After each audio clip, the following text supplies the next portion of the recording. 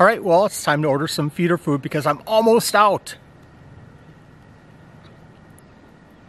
Hello? Hi, I'd like to order some crickets, dubias, and some mealworms, please. We aren't shipping right now.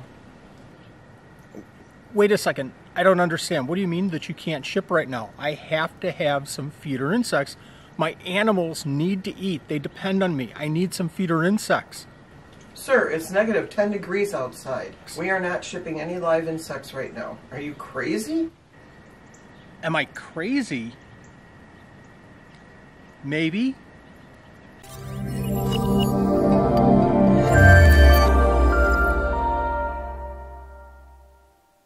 So we all know the problem, and it is a big problem. In the winter and summer, we have extreme temperatures, extreme conditions where we cannot get feeder insects. Crickets, mealworms, dubias, hornworms, whatever you're looking for.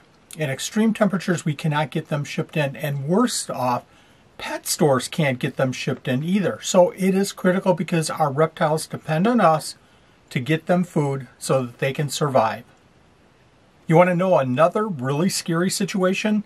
A couple of years ago, we had some disease issues with mealworms and with crickets where the supply was minimal. That put a lot of people behind the eight ball where they couldn't get feeders that they needed for their reptiles. Don't get stuck in this same situation. I know if you're in the South, you've experienced some pretty hot summers. And here in Wisconsin, we're experiencing some cold temperatures right now, into the below zero temperatures. This isn't just for a week. It could be 2, 3, 4, 5, or 6 weeks. What do you do? Let's talk about some solutions. Number one, keep animals that are herbivores. That sounds pretty simple. Animals that eat plants don't necessarily depend on feeder insects. Herbivores or omnivores will eat plants. Omnivores will eat insects as well. Carnivorous animals like leopard geckos and my personal favorite, Periodora picta, really require something alive, something moving in their enclosure for them to eat. But if you're keeping animals like, say, crested geckos, you can get by over the winter or over the summer if you're in the South by feeding them the crested gecko diet and not necessarily feeding them insects. Sounds like a good solution, but a lot of people like to keep different animals. Here's another solution, and it might be way out there, but some people like to keep leopard geckos. Now, in the winter time, leopard geckos go through a period where they brumate. Temperatures cool. I personally turn down the temperatures of our facility down into the 60s so that the leopard geckos take a whole 3-4 months off from eating. But the overall best solution for you if you feed your reptiles insects is to grow your own. I also have a tip that I want to share with you, so stick around until the end of the video to listen for that tip. Arguably, the easiest feeder insect that you can grow is mealworms. We go through a lot of mealworms. We're ordering anywhere from 60 to 100,000 mealworms every couple of months. So at this time you're saying, Wally, why in the world would you grow your own mealworms if you're ordering that many? Well, it's very simple. I want mealworms here in the facility all the time just in case I can't get an order because of the summer heat or the winter cold. Mealworms are easy to keep, they're easy to breed, and they really don't take up that much space. We use these 15 quart containers and they work out really, really well. I constantly have probably 3 or 4 of these containers running all the time. Here's a really important fact. If you're bulk ordering your mealworms, you can actually put some of the mealworms in the refrigerator and keep them around the 40 to 50 degree mark, and they'll last for a long, long time. Just take them out every couple, 3 weeks, warm them up, feed them a little bit, and then put them right back in the fridge.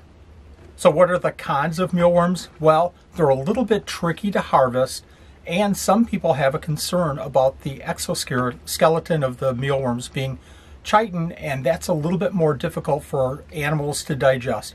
I'm not so concerned with that because realize in nature they're finding all kinds of bugs and beetles, and they're able to digest those insects in nature. As far as harvesting, my secret to harvesting mealworms is to put slices of potato in the bin and let them sit for a couple of hours, come back and just wipe the potatoes off into a deli cup that's a great way to harvest mealworms. And how easy is it to breed them? It's this easy. Take this 15 quart. You can use oatmeal. I don't like to use oatmeal as much as I like to use wheat bran. Fill the bottom with a good cup. Put the mealworms right on top. Put some egg carton on top of that, and you're all set. Make sure you have some ventilation holes. I like it in the top and on the sides. We'll feed the mealworms about every third day carrots, or one of my favorites, zucchini.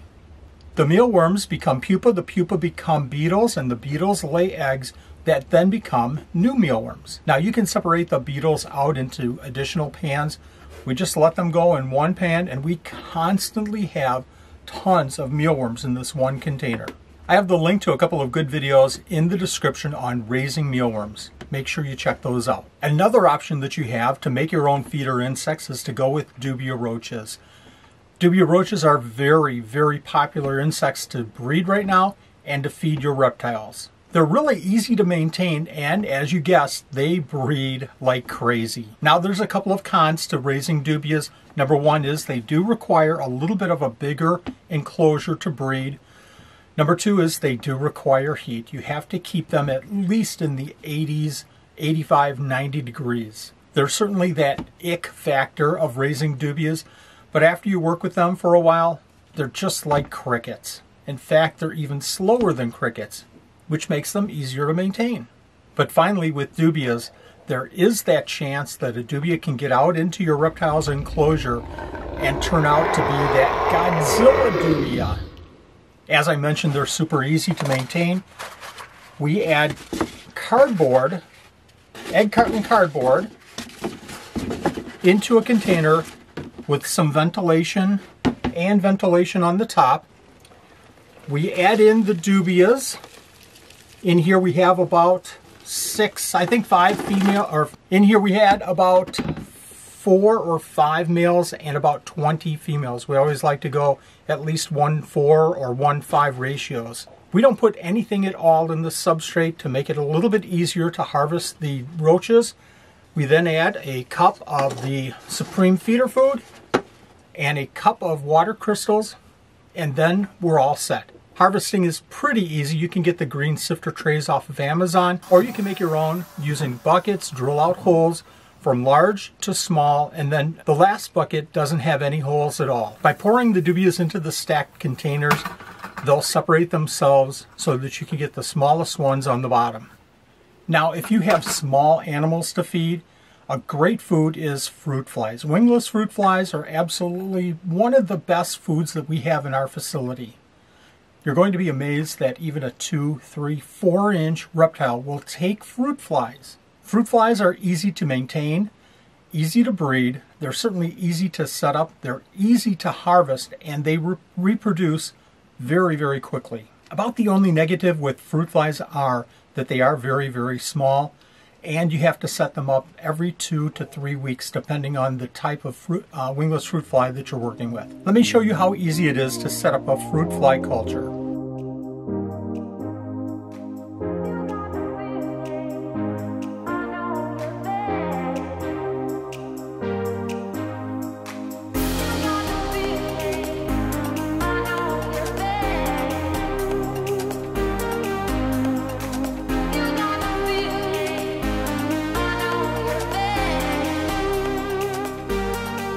Fruit flies are absolutely one of my favorite feeder foods. Give them a try. Make sure that you time out their hatches with setting up another culture. Let's talk about setting up one more feeder food, and that's isopods. Dwarf whites are a great feeder food, again, for very, very small animals, from baby geckos all the way up to 3 to 4-inch reptiles. They're really super easy to set up. Just a pan of dirt, some leaves. Feed them every week or so with some good supreme isopod chow and vegetables, and you're good to go. Now, the con is that they do breed very slowly, but once you get a colony established, they really, really take off. Harvesting is a little bit tricky, but what we do is put a piece of cucumber on top of the substrate, and then after a couple of hours, we lift it up and just scrape off the dwarf whites into a feeder bowl. Here's that tip that I was talking about earlier. If you find yourself getting low on feeder food, start rationing. Don't give all of your reptiles their normal amount of food. Start giving them half or a quarter. You'll be surprised how long they'll be very, very healthy just eating a quarter of their normal diets. Now, don't do this for weeks and weeks, but in a pinch, rationing is a great option. So what's the saying? A pound of prevention is worth an ounce of cure? I think that's what it is. Just make sure that you're not caught in a situation where you don't have enough feeders. Breed your own. If you want more information on raising dubias or mealworms, make sure that you check out the Supreme Gecko channel. We have some excellent videos. Take a look at this one right here for how to work with dubias. I hope you enjoyed the video. If you have any questions, leave a comment down below. Thank you very much for watching. See you next video.